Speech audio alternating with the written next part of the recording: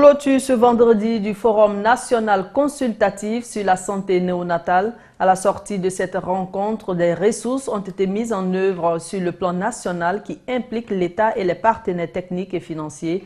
Une déclaration qui a vu jour lors de cette dernière journée. Ousseina Touba, Mohamed Sangari.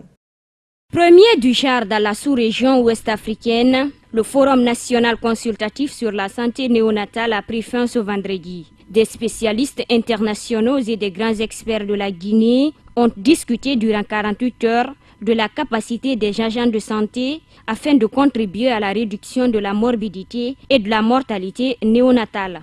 Donc c'est un travail absolument essentiel qui a été fait au cours de ces 2 jours.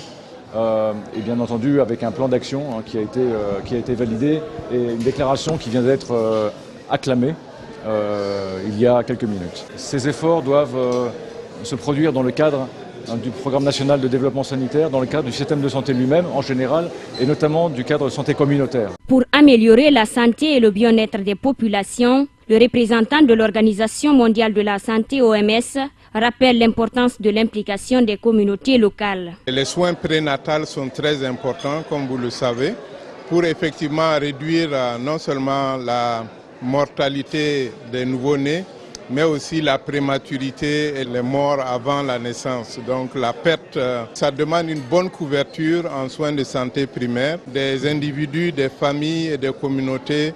Après un partage d'expériences avec les autres communautés, il a été prouvé que les gestes simples peuvent aider mères et enfants pendant l'accouchement.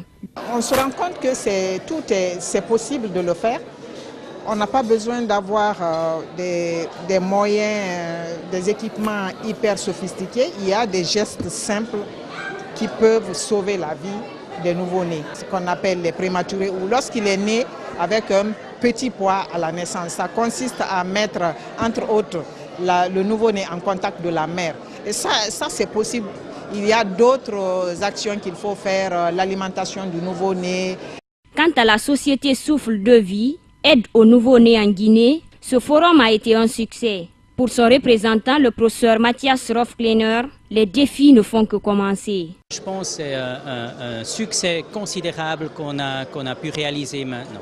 Maintenant, le défi commence. Il faut remettre en pratique, il faut mettre en œuvre ces défis qu'on s'est donnés, ces objectifs qu'on s'est mis pour que ça change, pour que demain, l'accouchement soit plus sécurisé en Guinée, que la prise en charge du nouveau-né soit meilleure, que ses chances de survie augmentent en Guinée.